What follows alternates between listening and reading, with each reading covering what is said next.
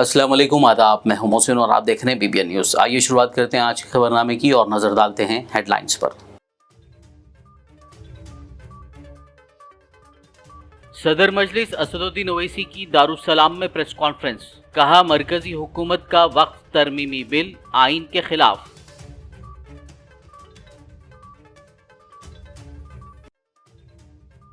असदुद्दीन ओवैसी ने कहा मुजव्विज़ा वक्फ बिल के जरिए हुकूमत वक्फ बाई यूजर को करना चाहती है खत्म। लैटरल एंट्री और दलित क्रीमिलियर की तरह वक्फ तरमीमी बिल को भी वापस लेने का मरकजी हुकूमत से किया मुतालबा। जो कोई बुलडोजर के जरिए गरीबों के घरों को तोड़ रहा है वो तैयार रहे, उनके इख्तिदार के महल भी डेमोलिश होंगे। असदुद्दीन ओवैसी का बुलडोजर इस्तेमाल करने वाली हुकूमतों को इंतबाह।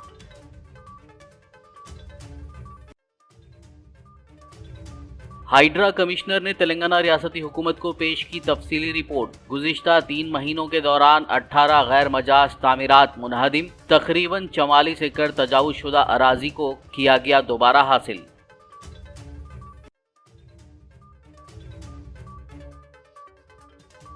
गंडीपेट वेलफेयर सोसाइटी के मकीनों की हाइड्रा के सपोर्ट में रैली। झीलों को बचाओ, जिंदगी बचाओ के लगाए नारे।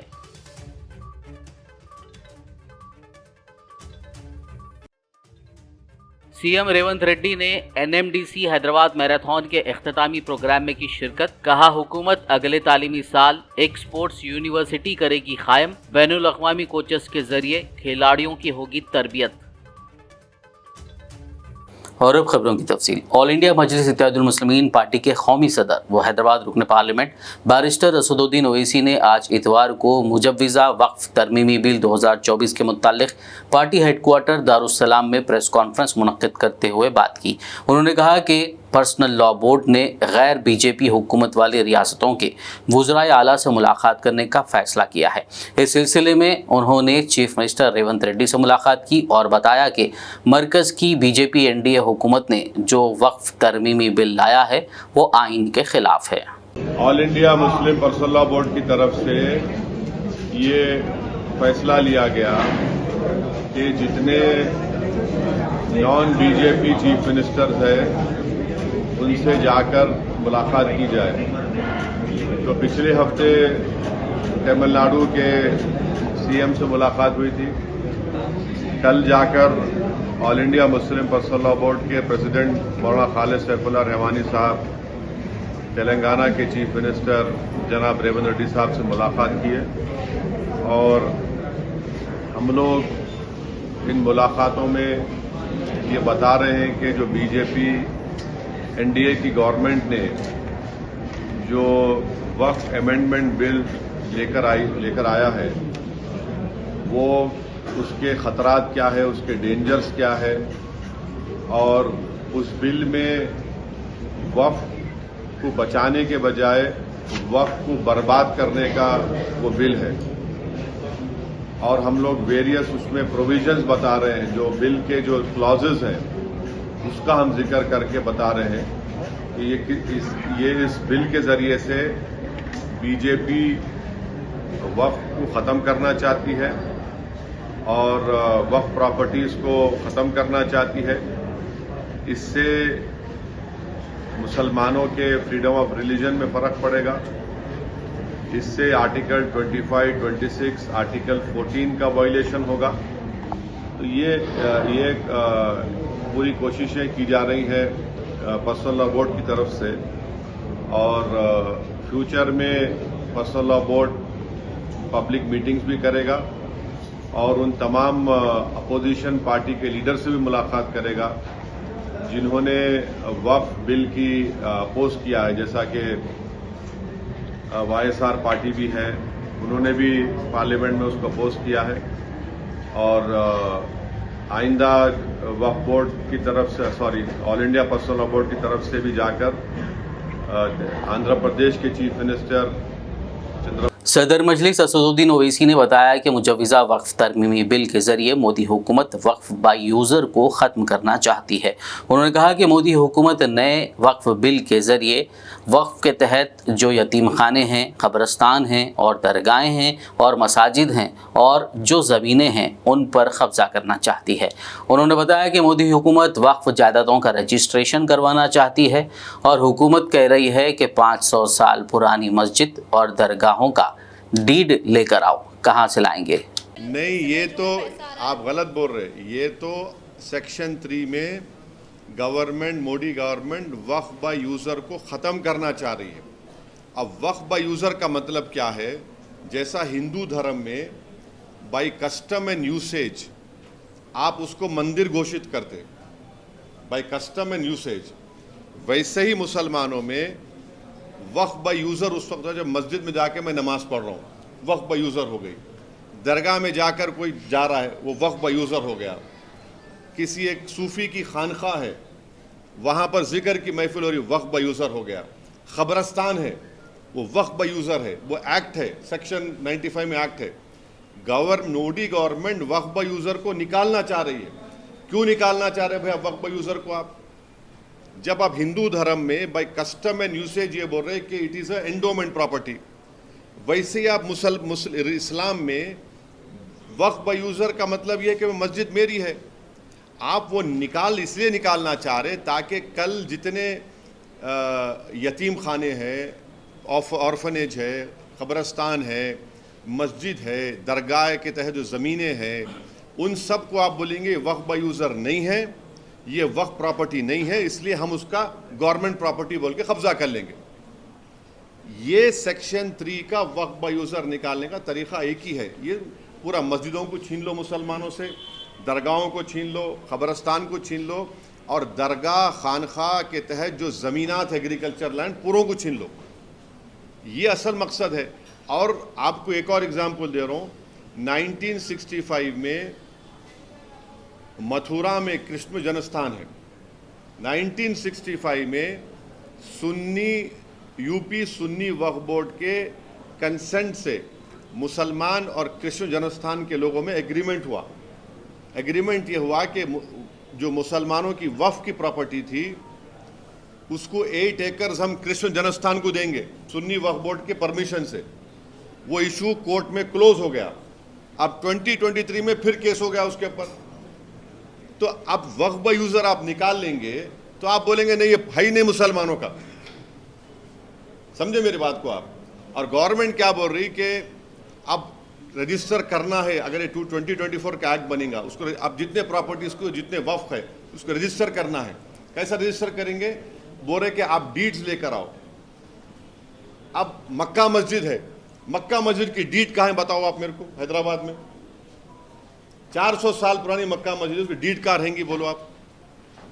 दरगाह यूसुफैन है, 400 साल की है, कहाँ से डीड लाएंगे बताओ आप? बाबा शरफुद्दीन की दरगाह है, वो तो 600 साल पुरानी है, कहाँ से डीड लाएंगे बताओ आप? चार मीनार के सामने एक मस्जिद है, अंदर नहीं, उसकी डीड कहाँ से लाएंगे? अब डीड लाने का आपके पास जवाब क्या है? अब डीड नहीं लाए तो बोलेंगे नहीं आपके लिए डीड नहीं है, रजिस्टर नहीं होंगी ये। अब रजिस्टर नहीं होंगी बोलते फिर गवर्नमेंट कब्जा कर लेंगी उसका। हिंदू धर्म में कस्टम एंड यूसेज की बुनियाद पर होता पूरा। सदर मजलिस असदुद्दीन ओवैसी ने कहा कि मोदी हुकूमत वक्फ तरमीमी बिल के ज़रिए वक्फ बोर्ड को ख़त्म कर रही है। उन्होंने मरकज़ से मुतालबा किया कि जिस तरह लैटरल एंट्री को वापस लिया गया और दलित क्रीमिलियर को वापस लेने जा रहे हैं, उसी तरीके से वक्फ तरमीमी बिल भी वापस लिया जाए। तो इसलिए आज पूरे मुसलमानों में, इंडिया के मुसलमानों में गम है, गुस्सा है, और पूरा मुसलमानों में बात जा चुकी है कि नरेंद्र मोदी मुसलमानों से वक्फ की प्रॉपर्टीज को छीनना चाह रहे, मुसलमानों के मस्जिदों को छीनना चाह रहे, कब्रस्तानों को छीनना चाह रहे, एग्रीकल्चर जो वक्फ लैंड है उसको छीनना चाह रहे। वक्फ के बचाने के नाम पे वक्फ को बर्बाद करने का काम नरेंद्र मोदी और उनकी सरकार कर रही है। हमको बताइए आप कैसे ये इसको काबिल कबूल होगा? और हम तो गवर्नमेंट से बोलेंगे कि आपको हम बार बार बोल रहे हैं कि आप इन चीजों को सोचो आप। जिस तरीके से आप लैटरल एंट्री को वापस लिए, जिस तरीके से आप दलित के क्रीमी लेयर को वापस ले जा रहे हैं, इस तरीके से इस कानून को भी वापस लो आप कैसे 17 करोड़ मुसलमानों की ये प्रॉपर्टीज को कैसे छीनना चाहेंगे आप? क्यों छीनना चाह रहे हैं आप? हैदराबाद रुकने पार्लियामेंट व सदर मजलिस असदुद्दीन ओवैसी ने मध्य प्रदेश के छतरपुर शहर में पुलिस स्टेशन पर पथराव के मामले और बुलडोजर के जरिए हाजी शहजाद अली की हवेली को मुनहदिम करने के वाक़े की सख्त मजम्मत की। उन्होंने बुलडोजर का इस्तेमाल करने वाली हुकूमतों को आगाह किया कि कल जब इलेक्शन होगा तो अवाम अपने वोट के जरिए ऐसी हुकूमतों को डेमोलिश करेंगी। उन्होंने कहा कि जो कोई भी बुलडोज़र के ज़रिए गरीबों के घरों को तोड़ रहा है वो तैयार रहे, उनके इख्तिदार के महल भी डेमोलिश होंगे। क्या वीडियो आपने भी देखा, मैंने भी देखा, जिसमें हाजी शहजाद अली ने कहा कि 21 अगस्त के दिन उनकी ऑर्गेनाइजेशन है छतरपुर में मध्य प्रदेश में, उलेमा भी है, जाकर रिप्रेजेंटेशन दिए। क्या रिप्रेजेंटेशन दिए कि एक अहमक जो हमारे प्रॉफिट मोहम्मद सल्लल्लाहु अलैहि वसल्लम के बारे में बकवास बोलने की कोशिश किया, उसके खिलाफ आप एक्शन लीजिए, एफआईआर रजिस्टर करो। वहाँ पर एडिशनल एसपी थे, डिप्टी कमिश्नर थे, एसडीएम साहब थे। एक मजमा जमा हो गया, उन्होंने खुद बोल रहे, पथरमबाजी शुरू हुई तो एसडीएम और डिप्टी कमिश्नर को बोले कि भाई जाके समझाओ। वो बाहर निकले, हाजी शहजाद पर ही पत्थर पड़े। उसके बाद खैर मामला बढ़ गया, वो चले गए अपने घर को। तो आप जो है हाजी शहजाद अली के 20,000 स्क्वायर फुट के घर को बुलडोजर लाकर आप डेमोलिश कर दिए विदाउट फॉलोइंग ड्यू प्रोसेस। अरे वो 3 गाड़ियां हैं फॉर्च्यूनर, 30-30 लाख के 3 गाड़ियां हैं, उसको आप पूरा बर्बाद कर दिए। ये कितना हेट्रेड है बीजेपी मध्य प्रदेश की गवर्नमेंट को मुसलमानों के बारे में। आप पूरे घर को तोड़ दिए, उसके गाड़ियों को आप पीस दिए, और फिर जो एलिज एक्यूज को आप पकड़ के रात भर पुलिस स्टेशन में मारे। उन लोगों को चल नहीं सक रहे वो लोग, और उनको आप रोड पे चला के बोल रहे नारे लगाओ। हम बीजेपी वालों को ये बोल रहे कि पावर इटर्नल नहीं है। आज आप सत्ता में, कल आप नहीं रहेंगे इंशाअल्लाह ताला। अगर कल दूसरी सरकार आकर आपके घर को बुलडोजर से तोड़ेंगी, आपका घर महफूज रहेगा? आपको भी पकड़कर रोड पे चलाया जाएगा तो क्या बोलेंगे आप? ये देश और मध्य प्रदेश को रूल ऑफ लॉ से चलना चाहिए, मॉब रूल से नहीं चलना चाहिए। नरेंद्र मोदी अगर कॉन्स्टिट्यूशन को, आइन को चूम रहे हैं तो फिर उनको बताया जाए कि ये कौन सा कॉन्स्टिट्यूशन का प्रिंसिपल फॉलो कर रहे हैं आप। ये बुलडोजर जाके तोड़ दे रहे आप और बोल रहे नहीं इलीगल था। तो इलीगल आपको उसी दिन मालूम हुआ, पहले नहीं मालूम हुआ? उसके गाड़ियों को क्यों तोड़ा आपने? आप पूरी मुस्लिम कम्युनिटी को बीजेपी कलेक्टिव पनिशमेंट दे रही है, और जो लोग आज सत्ता के नशे में, गुरूर में आकर बुलडोजर से मुसलमानों के घरों को तोड़ रहे हैं, याद रखो गरीब की बद्दुआ तुम लोगों को बर्बाद करेंगी। और गरीब चाहे कोई हिंदू हो, मुसलमान हो, दलित हो, तो उसकी बदुआ तुमको बर्बाद करेंगी। जो लोग आज बुलडोजर से अपनी ताकत के मजाहरे कर रहे, कल इलेक्शन आएगा तो पब्लिक अपने वोट के जरिए तुमको डेमोलिश करेंगे इंशाल्लाह। और ये होने वाला है। जो कोई भी बुलडोजर के जरिए गरीबों के घरों को तोड़ रहा, तुम तैयार हो जाओ, तुम्हारे इख्तिदार के महल भी डेमोलिश होंगे एक दिन। सदर मजलिस और हैदराबाद रुकने पार्लियामेंट बारिस्टर असदुद्दीन ओवैसी ने हैदराबाद में हाइड्रा के इन्हेदामी कार्रवाइयों पर सनसनीखेज तबसरा किया। उन्होंने कहा कि हाइड्रा के पास कानूनी हिमायत का फुकदान है, इसीलिए इस सिलसिले में मजलिस पार्टी ने जीएचएमसी कमिश्नर से नुमाइंदगी की है। उन्होंने सवाल किया कि क्या एफटीएल और बफर जोन के अंदर वाक़े सरकारी इमारतों और दफातर को भी गिराया जाएगा। उन्होंने कहा कि नेकलेस रोड भी एफटीएल के तहत है, क्या इसे भी तोड़ देंगे? जीएचएमसी हेडक्वार्टर की ज़मीन पर पहले वाटरफॉल हुआ करता था। इसी तरह मरकज़ी हुकूमत का सीसीएमबी दफ्तर हिमायत सागर के एफटीएल में है, क्या इन्हें भी मुनहदिम किया जाएगा? उन्होंने बताया कि गोलकुंडा का गोल्फ कोर्स भी एफटीएल में है, जहां रोज़ आईपीएस और आईएएस गोल्फ खेलते हैं। हमने हमारे कॉरपोरेटर्स ने मेयर साहिबा से कमिश्नर के पास जाकर वो जो हाइड्रा बनाया गया है उसको हमने बताया है कि वो उसका कोई लेजिस्लेटिव लीगल बैकिंग नहीं है, उसको वो पब्लिक डोमेन में है। और फिर हमारे एमएलए कौसर साहब जाकर चीफ सेक्रेटरी को भी बोले हैं, ये बात हम बोले हैं। और तीसरी बात ये है कि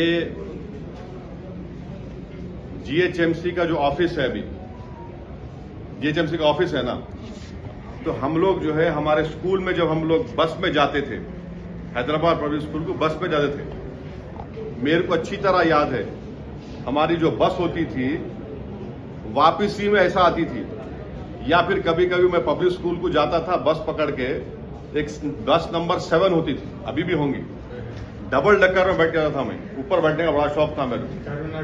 हाँ, वो लिबर्टी से जाती थी, लिबर्टी से टैंक बन जाती थी। वहां पर जहां पर जीएचएमसी का ऑफिस है वहां पर एक वाटरफॉल था, मैं ही देखा सो हूं। नेकलेस रोड एफटीएल पर है, तोड़ो उसको आप। नेकलेस रोड एफटीएल पे है, बोल रहा हूं मैं आपको, तोड़ते आप उसको, तोड़ना चाहिए ना भाई, कौन रोक रहा आपको? एफटीएल है, सीसीएमबी का गवर्नमेंट ऑफ इंडिया का ऑफिस है हिमायत सागर के पास, बना लिया आप, गवर्नमेंट ऑफ इंडिया का है। तो ये हमारा ऑब्जेक्शन इस बात पर है, ये हमारा ऑब्जेक्शन इस बात पर है। और फिर जहां पर निजाम के जमाने में जब हुकूमत थी उनकी, तो उन्होंने उसको क्या बोलते, टोन बोलते, क्या बोलते हो, पत्थर को, हाँ नहीं, वो स्टोन्स लगाते थे कि ये एफटीएल है, स्टोन्स लगाते थे, अभी भी है वो, देख लो आप जाके। ये है हमारा, हम तो चीफ सेक्रेटरी मैडम को भी बोले, मेयर साहिबा को भी बोले, अब वो गवर्नमेंट देखना उसको। खबरनामे में फिलहाल लेंगे एक ब्रेक, मुलाकात होगी इस छोटे से ब्रेक के बाद।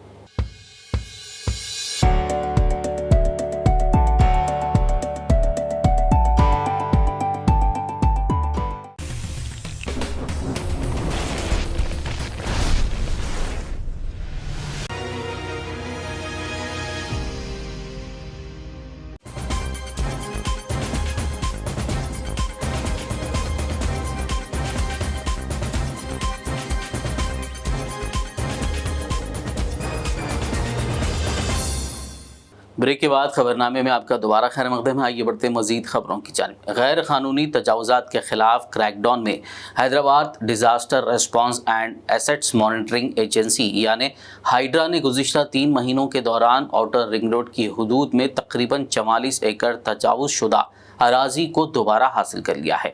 अपने क़याम के बाद से हाइड्रा ने कार्रवाई करते हुए 18 गैर मजाज तामीरात को मुनहदिम किया है, जिनमें से अक्सर का ताल्लुक़ अहम शख्सियात और सियासी शख्सियात से बताया गया है। हाइड्रा कमिश्नर AV रंगनाथ की तरफ से तेलंगाना रियासती हुकूमत को पेश की गई एक तफसीली रिपोर्ट के मुताबिक एजेंसी की एनफोर्समेंट टीमें अवामी अराजी को बहाल करने की कोशिश कर रही हैं।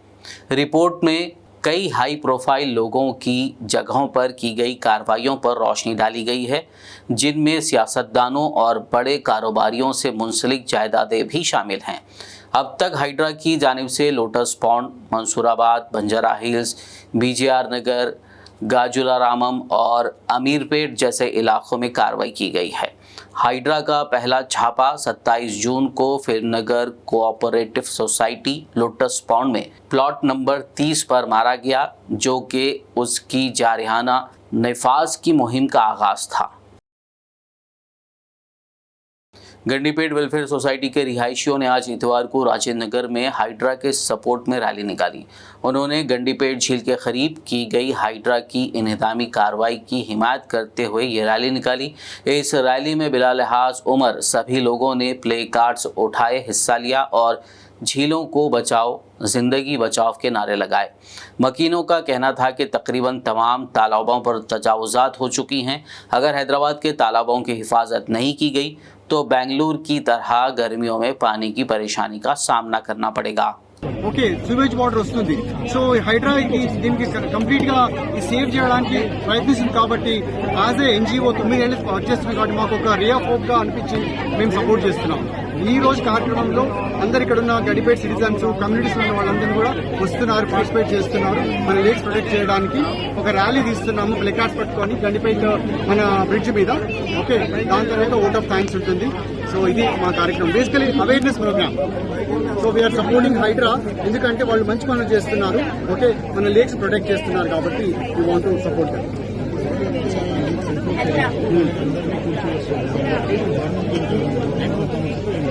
తప్పకుండా థ్యాంక్స్ చెప్తున్నాము. మాకు we are not associated with any political party కాదు. ఎవరైనా మంచి పని చేస్తే మనం దాన్ని ఎంకరేజ్ చేయాలి, ఎవరైనా కానీ. So HYDRAA is doing a good work, we want to support it, as simple as that. CPI के कौमी सेक्रेटरी नारायणा, रियासती सेक्रेटेरिएट रुकन पी पदमा, जिला सेक्रेटरी पी जंगैया ने माधापुर में फिल्म अदाकार नागार्जुना के कन्वेंशन का मुकाम का दौरा किया, जहां गुज़िश्ता रोज़ हाइड्रा की तरफ से इंतज़ामी कार्रवाई की गई थी। इस मौके पर सीपीआई कायदीन पर्वतालू, रामकृष्ण, सुब्बी राजा मौली, चंदू यादव और वेंकट स्वामी के अलावा दीगर मौजूद थे। ప్రభుత్వ భూములు పెద్ద పెద్ద వాళ్ళే కబ్జాలు చేసుకొని అనుభవిస్తున్నారు. మేము గత 10-15 ఏళ్ళుగా అన్ని ప్రాంతాలకు పోయి చూస్తున్నాం. ఎక్కడైనా పేదవాళ్ళు ఈ ప్రభుత్వ భూములు గుర్తు చేసుకుంటే మాత్రం అందరూ ఎగబడి ఒంటి కట్టలు వస్తారు. కానీ ఈ గుంటపురం బోకులు, చెరువు, ట్యాంకు ఇవంతా ఉండే వాళ్ళు బిల్డింగ్లు కట్టుకున్నారు. కొన్ని చోట్ల ఇంజనీరింగ్ కాలేజీ కట్టుకున్నారు, కొన్ని చోట్ల ఫంక్షన్ హాల్స్ కట్టుకున్నారు. వాళ్ళు విలాసవంతమైన జీవితాలు కనిపిస్తూ ఉన్నారు. వాటిపైన మేము ఎన్నో రోజులు ఆందోళన చేశాం. ప్రభుత్వం పరిశీలన పెట్టింది. ఇప్పుడు ఎందుకైనా మంచిది, రేవంత్ రెడ్డి ముఖ్యమంత్రి అయిన తర్వాత ఈ కుంటలు, చెరువులు మొత్తం కూడా ఖాళీ చేయించడానికి ఒక సంస్థ ఏర్పాటు చేశాడు, హైడ్రా సంస్థ ఏర్పాటు చేశాడు.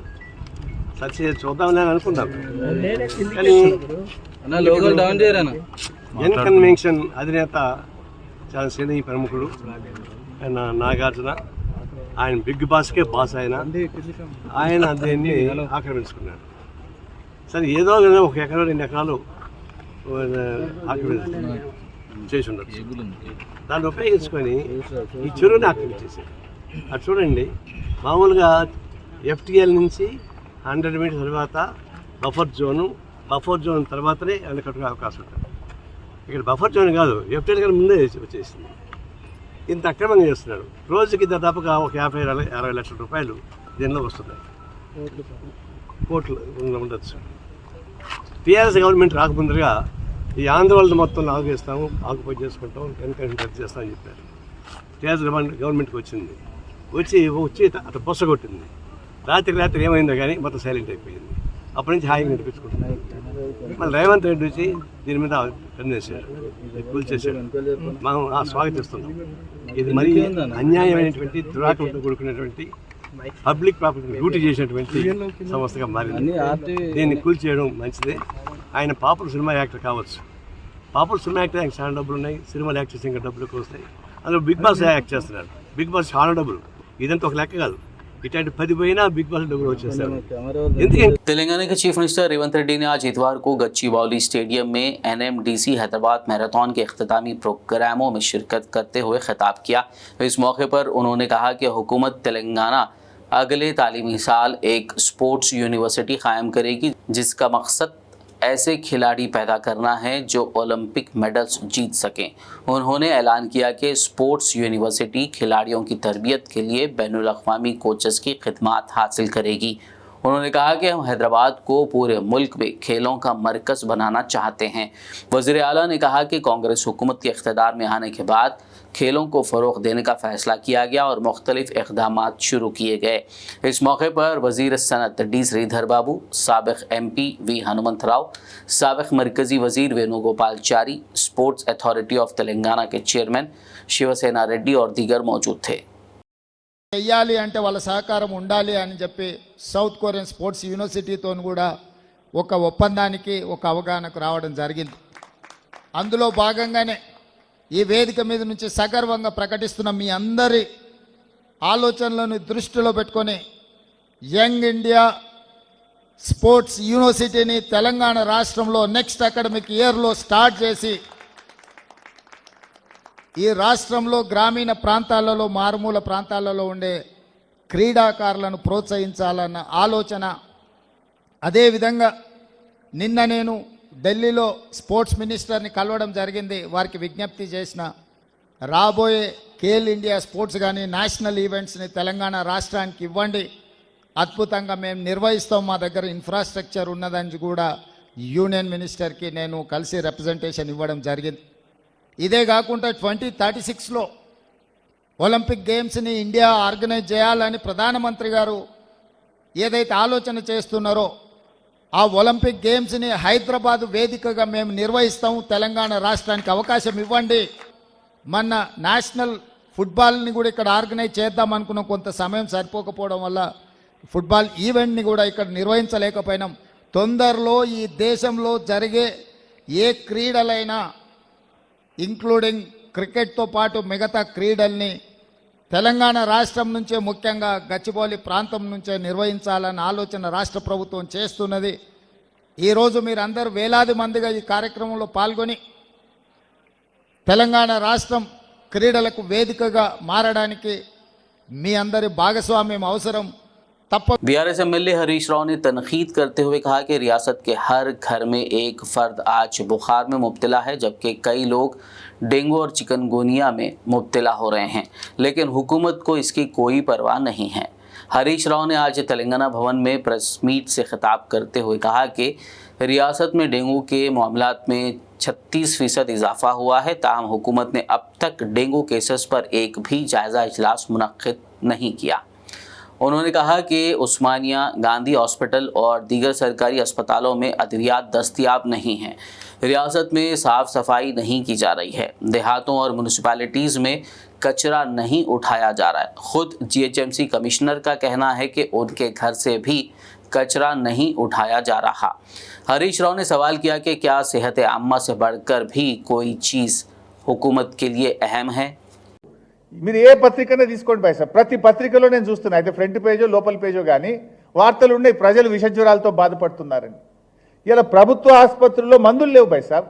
లాస్ట్కి పోతే ఉస్మానియా ఆసుపత్రి ప్రాంగణంలో 3 ప్రైవేట్ మెడికల్ షాపుల్లో విపరీతంగా ప్రజలు ఇలా మందులు కొనుక్కునేటువంటి పరిస్థితి. గాంధీ ఆసుపత్రిలో ఏ మెడిసిన్స్, సింపుల్ మెడిసిన్స్, క్లోరోమోజల్, నాక్ 40 mg, గ్లైకోమైట్, ఫ్లెకంజోల్, పారాసిటమల్ లిక్విడ్ 10 mg, అటినాస్ 10 mg, సారావెట్ క్రీమ్, ఆయింట్మెంట్, అమెక్సోక్లిప్, పెంటాష్ డిజైన్, కాళ్ళ నొప్పులు కీళ్ళ నొప్పుల మందులు, ఈ మందులు లేవు దవాఖానలో. అసలు మందు ప్రభుత్వ ఆసుపత్రుల్లో మందులే లేవు, బయటకు రాసే పరిస్థితి వచ్చింది. మీరు రివ్యూ చేయాల్సింది ఏంది? ప్రజల ఆరోగ్యం కంటే ముఖ్యమైనది ఏంటిది? ఇవాళ ఎక్కడ చూసినా రాష్ట్రంలో పూర్తిగా పారిశుద్ధ్యం పడకేసింది.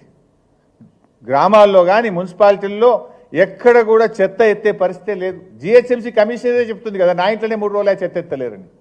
ఇక ప్రజలు కూడా పట్టించుకోవాలి. మాకేం ఫోన్లు వస్తున్నాయంటే ప్రైవేట్ హాస్పిటల్లో బెడ్ దొరకలేదన్నా జర్రా ప్రైవేట్ హాస్పిటల్కి ఫోన్ చేసి ఒక అడ్మిషన్ ఇప్పియవా, ఆ పరిస్థితి వచ్చింది రాష్ట్రంలో. ఇవాళ 36% డెంగ్యూ కేసులు పెరిగినాయి. గత సంవత్సరం కంటే ఈ సంవత్సరం 36% డెంగ్యూ కేసులు పెరిగినాయి. ఈరోజు ప్రభుత్వ లెక్కల ప్రకారమే 5200 డెంగ్యూ కేసులు, పాజిటివ్ కేసులు ఈ రాష్ట్రంలో ఉన్నాయి. ప్రభుత్వేతర లెక్కలు ఇంకా చాలామంది లెక్కల్లోకి రాని వాళ్ళు ఎంతోమంది ఉన్నారు. కొన్ని వేల మంది ప్రజలు ఇలా డెంగ్యూతో బాధపడుతున్నారు, కొన్ని వేల మంది చికెన్ గున్యాతో బాధపడుతున్నారు, కొన్ని వేల మంది బాధపడుతున్నారు. నిన్నేదో పనుండి నేను కౌన్సిల్ చైర్మన్ గారికి ఫోన్ చేస్తే చికెన్ గున్యా వచ్చింది బైసాబ్, హాస్పిటల్లో జాయిన్ అయినా అన్నాడు మన కౌన్సిల్ చైర్మన్ గారు. అంటే ఇట్లా ఎవరిని మాట్లాడించినా ఆసుపత్రుల్లో ఇబ్బంది పడుతున్నటువంటి పరిస్థితి ఉన్నది ఈరోజు. शहर हैदराबाद और रियासत के मुख्तलिफ मकामात पर इन दिनों वबाई अमराज जैसे मलेरिया, डेंगू, चिकनगुनिया और टाइफाइड से आवाम खासकर कई मासूम बच्चे शिकार हो रहे हैं।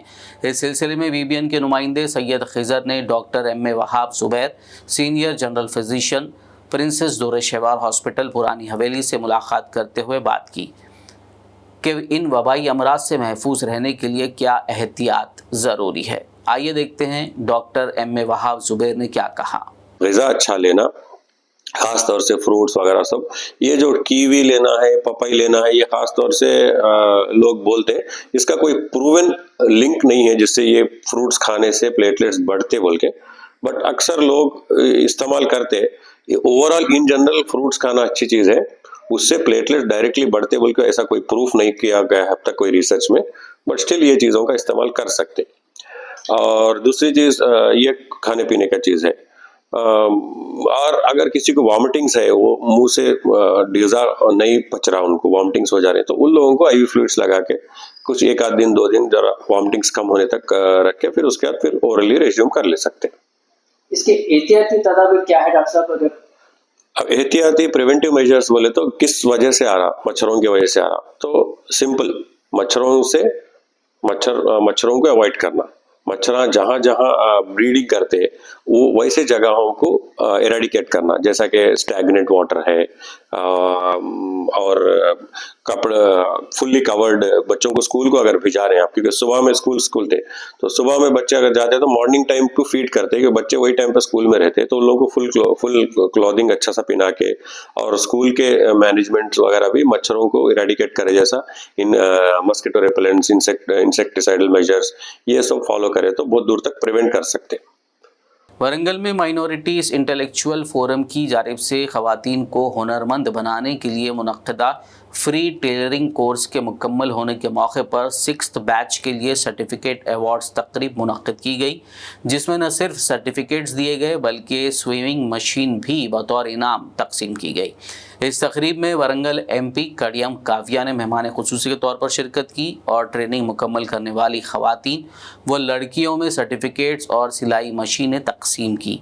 इस मौके पर उन्होंने कहा कि ये प्रोग्राम कम्युनिटी की तरक्की में अहम रोल अदा करेगा और ख़वातीन को मुआशरती धारे में शामिल करने की कोशिशों को मज़ीद तक़वियत देगा। आज माइनॉरिटी इंटेलेक्चुअल फोरम की तरफ से जो फ्री टेलरिंग कैंप और फ्री और सर्टिफिकेट डिस्ट्रीब्यूशन का और ये 3 मशीन जो भी 1st, 2nd, 3rd रैंक आए हुए लड़कियों को आज हमारे इंटेलेक्चुअल फोरम के प्रेसिडेंट डॉक्टर अनीस सर और सेक्रेटरी कालिम सर और हमारा भैया मिर्ज़ा अजीज़ बेग सर और ये म्यूनसिपल एडमिनिस्ट्रेशन का रीजनल डायरेक्टर शाहिद सर और हमारे साथ ये ट्रेनिंग में जो भी पार्टिसिपेट करे हुए लेडीज़ सब आज ये एक सेलिब्रेशन की तरह इधर पार्टिसिपेट किए। और ये जो काम माइनॉरिटी इंटेलेक्चुअल फोरम कर रही वुमेन एम्पावरमेंट के लिए, तो मैं उनको तहे दिल से कंग्रेचुलेट करती हूँ।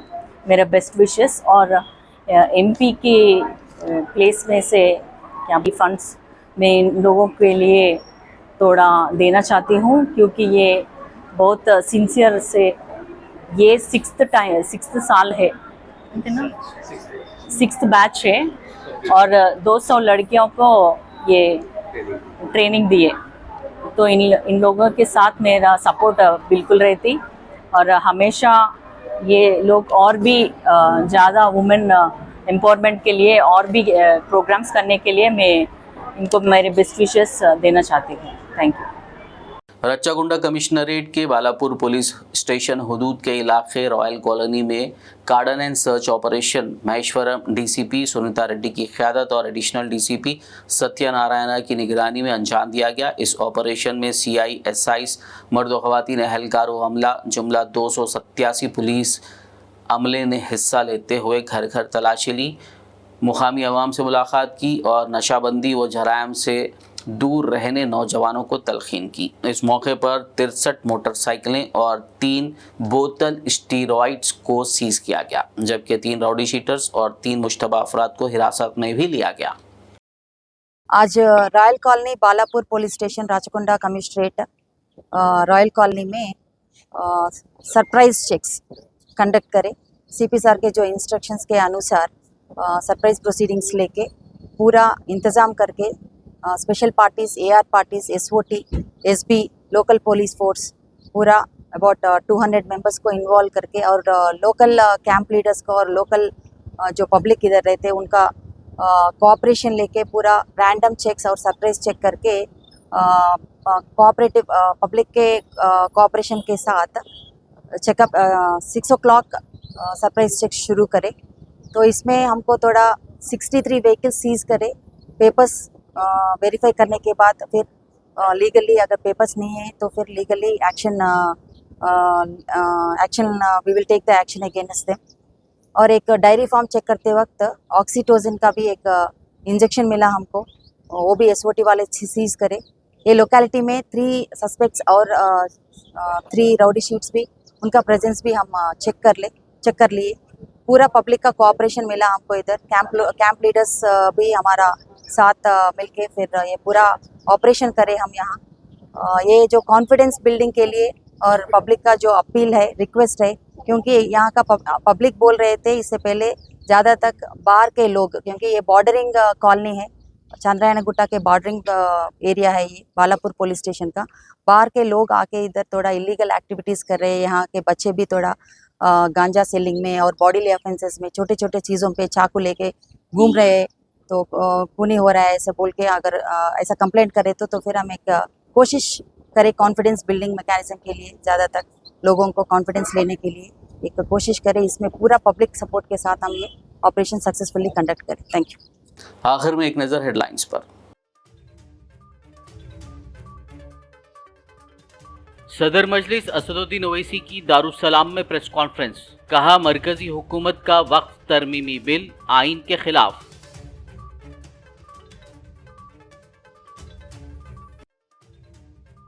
असदुद्दीन ओवैसी ने कहा मुजव्विज़ा वक्फ बिल के जरिए हुकूमत वक्फ बाई यूजर को करना चाहती है खत्म। लैटरल एंट्री और दलित क्रीमिलियर की तरह वक्फ तरमीमी बिल को भी वापस लेने का मरकजी हुकूमत से किया मुतालबा। जो कोई बुलडोजर के जरिए गरीबों के घरों को तोड़ रहा है वो तैयार रहे, उनके इख्तिदार के महल भी डेमोलिश होंगे। असदुद्दीन ओवैसी का बुलडोजर इस्तेमाल करने वाली हुकूमतों को इंतबाह।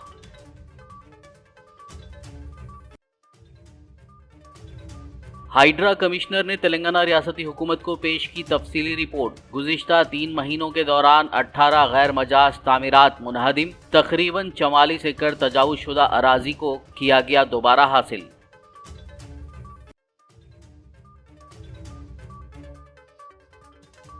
गंडीपेट वेलफेयर सोसाइटी के मकीनों की हाइड्रा के सपोर्ट में रैली, झीलों को बचाओ जिंदगी बचाओ के लगाए नारे।